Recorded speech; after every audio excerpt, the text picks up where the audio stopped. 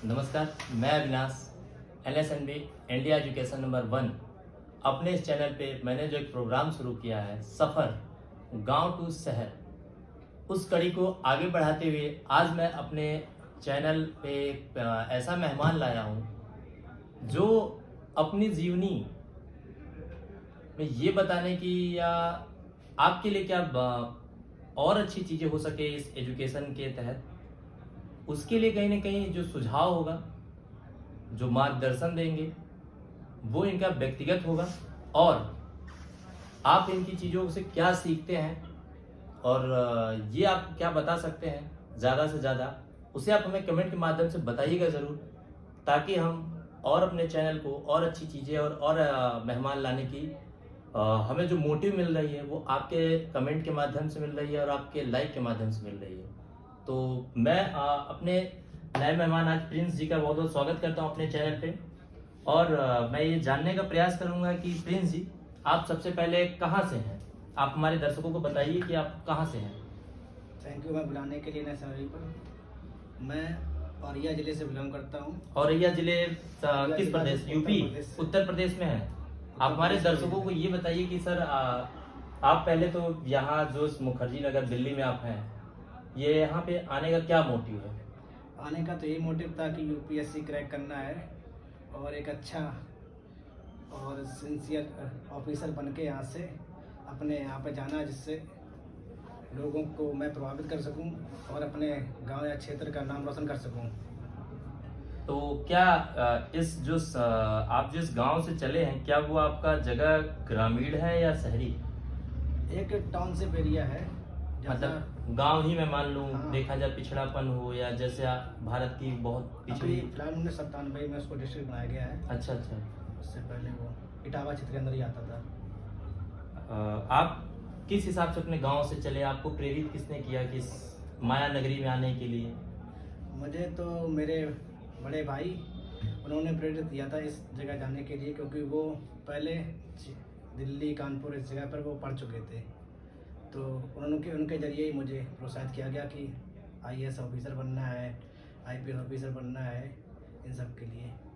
अपने गांव के शुरुआती दिनों की बात है, मतलब हमारे दर्शकों को कुछ बताइए कि क्या, मतलब आपने जब बचपन में थे या अपने प्राथमिक विद्यालय में पढ़ा होगा, माँ किस हिसाब से सपने देखी, सजो के भेजी, अपने पैसे को भी साथ काट काट के आपको भेजे, या कहा जाता है कि हमारे पिता खुद फटी गंजी पहन ले लेकिन आपको अच्छा स्वेटर पहनाएंगे, इसका क्या?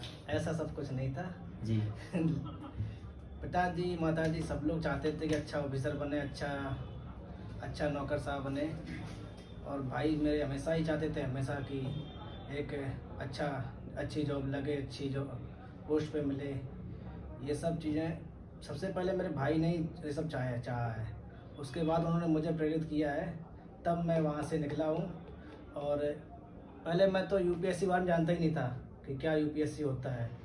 ये सब यूपीएससी तो मुझे दिल्ली आने पर पता चला। भाई साहब कहते रहते थे ना कि यूपीएससी करना, पता ही नहीं क्या करना यूपीएससी। गांव में यूपीएससी मतलब कुछ यूपीएससी पता नहीं, वही अधिकारी वही था, बोले कि एसडीएम डीएम बनना है, बाबूजी तो या जिला तो पता अधिकारी, चलता था क्या होता है एसडीएम डीएम। मालिक। हाँ। पहले तो होता था कि डीएम साहब, वही तो यहाँ डीएम एसडीएम सर के पता चलता था, लेकिन यूपीएससी का कोई वो जब पता ही था क्या किसी होता है। इतना पिछड़े इलाके से या इतने ग्रामीण परिवेश में रहा कि यूपीएससी का वहाँ पे नहीं, समझ या विकास उस हिसाब से नहीं यूपीएससी था। की क्या है, कोई पहले हमारे एरिया से कोई तैयारी करने नहीं आया था जहाँ पे हम रहते थे। हम ही जो अच्छा, आप पहले अपने हाँ। आसपास अपने क्षेत्र से पहले व्यक्ति हैं पहले- यूपीएससी के लिए चले हैं, Yes. तब तो और भी गांव में इतना बहुत आपको सम्मान मिलता होगा कि नहीं, एक एजुकेटेड लड़का है।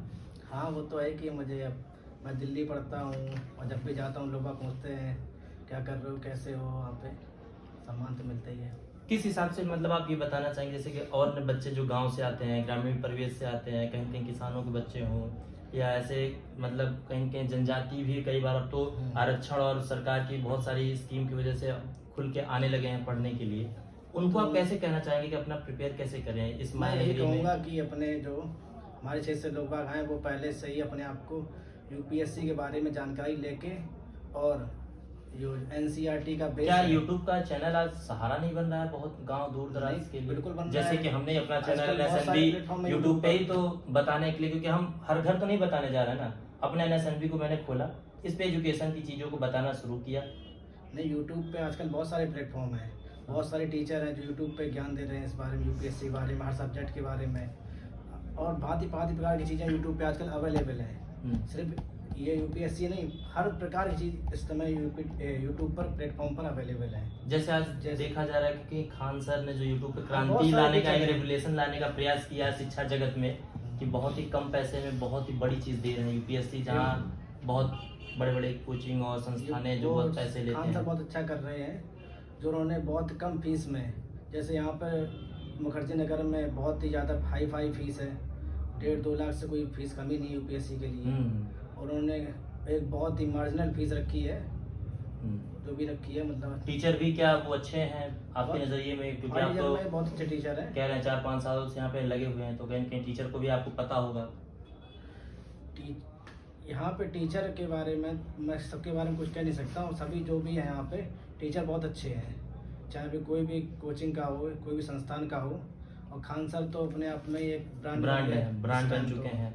विश्वास हो रहा है उन पे, पब्लिक या स्टूडेंट विश्वास करते हैं। एक छोटे से लेवल का बच्चा भी उनसे आजकल ज्ञान ले रहा है, उनकी शिक्षा ले रहा है। एक काम करने वाला ये कह सकते हैं कि जो बाई हो, उसका भी बच्चा आज खान सर से वही बराबर की शिक्षा ले रहा है, जो एक एसडीएम का बच्चा हो वही बराबर शिक्षा ले रहा है उस चैनल पर। मजदूर किसान हर वर्ग का बच्चा, ये नहीं कि सिर्फ मजदूर का ही ले रहा है, हाई फाई प्रोफाइल का भी बच्चा उससे उनसे ज्ञान ले रहा है इस टाइम। तो बहुत ही चर्चित टीचर हैं इस टाइम पे वो। इसी तरीके से अगर मैंने भी वही सोचा है, जो कहीं ना कहीं सिमिलरिटी दिखती है कि खान सर अपने यूट्यूब चैनल से पढ़ाना चाहते हैं। मैं भी अपने चैनल के माध्यम से लोगों को अवेयरनेस कर रहा हूँ कि कहीं ना कहीं आप कैसे आए। तो आप हमारे ये दर्शकों को बताना चाहिए कि क्या वो कोर पॉइंट है जो फैमिली और बच्चा दोनों सोचे कि कहीं के अपने सपनों को लेके आए और जल्द पूरा करे। इस मायानगरी में, मुखर्जी नगर के मायानगरी में फंसने की बजाय वो अपने सपनों को पूरा करे। आप बताना चाहें हमारे दर्शकों को? आपने हमें ये चैनल बहुत लेट स्टार्ट किया, आपको बहुत जल्दी स्टार्ट करना चाहिए था चैनल, ताकि लोगों को और जल्दी पता चलता कि कब कैसे यहाँ पे मायानगरी से बचना है, क्या क्या करना है, क्या क्या जानकारी लेनी है।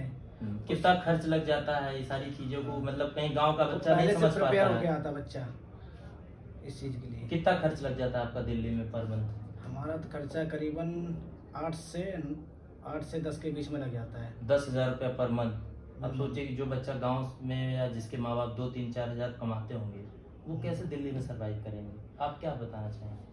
दिल्ली में सरवाइव करना उनके लिए तो बहुत मुश्किल काम है। या तो वो फिर ऑनलाइन क्लासेस जैसे हैं चल रही हैं, यूट्यूब पर प्लेटफॉर्म बहुत सारे हैं, उनसे अगर उनकी ज़रूरतें पूरी हो रही हैं। वैसे यूट्यूब पर ऑनलाइन प्लेटफॉर्म हर चीज़ पर आजकल अवेलेबल है। जी जी जी सारी कोचिंगें ऑनलाइन अवेलेबल है, कोई जी। भी कोचिंग हो, कैसी भी हो, जी। सब ऑनलाइन अवेलेबल है। तो आप अगर वहाँ पर आपकी व्यवस्था है तो आप यहाँ ना आके वहीं पर ज्ञान प्राप्त कर सकते हैं, क्योंकि यहाँ पे जो भी रहने की व्यवस्था है बहुत हाई फाई है, खर्चीला बहुत पड़ रहा है, बहुत ही खर्च आता है यहाँ पे। अब नॉर्मल आदमी और इस 10-8 उम्र में यहाँ पे एक जो भटकाव की स्थिति भी आ रही है। कई बच्चे ऐसा मुझसे कमेंट के माध्यम से कह रहे हैं कि सर हम लोग इस टाइम नहीं भटकेगा तो कब भटकेगा फिर। हर मतलब इस उम्र में बहुत सारी चीज़ों को भी देखना पड़ता है। तो इस माया नगरी में आके मोह हो जाना और अपने कार्य क्षेत्र से भटक के किसी और कार्य क्षेत्र में चले जाना, कहीं ये नहीं दिखाता है कि यहाँ का युवा अगर सेलेक्ट नहीं हो रहा है, अपने कामयाबी नहीं पा रहा है, तो कहीं कहीं ये भी एक परिस्थिति नहीं बन रही है। ये एज ही ऐसी, यहाँ पे युवा बहुत जल्दी इस क्षेत्र में भटक जाता है। जैसे किसी लड़की को देख लेना, उसके चक्कर में पड़ जाना, ये सब बहुत ही कॉमन चीज हो गई है। इससे बचाव भी अपने आप को जरूरी है, सपनों को पूरा करने के लिए। सपनों को पूरा करने के लिए सब चीजें उसको पीछे रखनी आप पड़ेगी। कैसे करते हैं इन चीजों को लेके? हम तो करते क्या, हम कंट्रोल ही करते हैं सब चीज़ों को। जैसे एक नॉर्मल फ्रेंड बन के रहिए आप, ज़्यादा उस अपने शिक्षा पे बहुत ज़्यादा फोकस करिए, अपने उसी गोल पे एम करिए। रहिए। एकदम बिल्कुल उसके चक्कर में पड़िए नहीं, मतलब कि आप एक नॉर्मल फ्रेंड की तरह चलिए। जैसे लड़के फ्रेंड उसको एक जनरली देखा है, ओपन माइंडेड होके, मतलब एक जनरली आप फ्रेंड समझिए। बिल्कुल नॉर्मल तरीके रह सकते हैं आप, लव के चक्कर में ना पड़े तो ही अच्छा है। चलिए, आपने हमारे दर्शकों को इन चीज़ों के बारे में बताया, इसके लिए बहुत बहुत प्रिंस जी आपका धन्यवाद। और मैं चाहूँगा कि इसी तरीके से आप अपने आसपास, जो आप कह रहे हैं कि मैं जिले का या क्षेत्र का पहला व्यक्ति हूँ जो यूपीएससी के लिए आया हूँ, तो मैं तो अपने चैनल के माध्यम से लोगों को बताने का प्रयास कर ही रहा हूँ। आप भी जब अपने गांव जाया करिए, तो जो आसपास गरीब मजदूर और बच्चे पिछड़े शोषित हों, उनको कहीं ना कहीं समझाने का प्रयास करिए कि आप माया नगरी भागने के पहले अपने आप को आप प्रिपेयर हो लें कि क्या हम उसके लिए काबिल हैं, या वहीं जाके भटकाव की स्थिति हो और फिर आप दूसरे अन्य काम में लिप्त हो जाएं, जैसे कि कोचिंग में काम करना, चोरी चमारी करना और बहुत सारी चीज़ें जो आदमी सर्वाइव करने के लिए करने लगता है। उससे बचने के बजाय आप अपने आप को क्षमता को पहचानिए और आप वो कार्य करिए जो आपकी क्षमता के अनुसार उचित हो सके।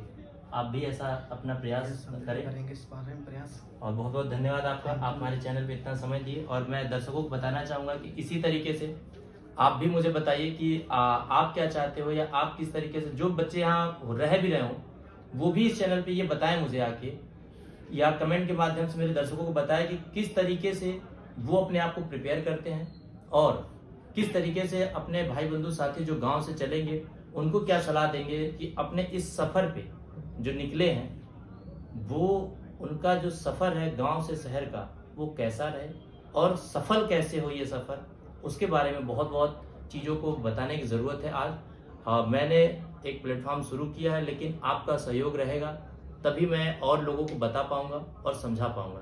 इसके लिए आप देखते रहिए हमारा चैनल NSNB एजुकेशन नंबर 1। बहुत बहुत धन्यवाद आपका।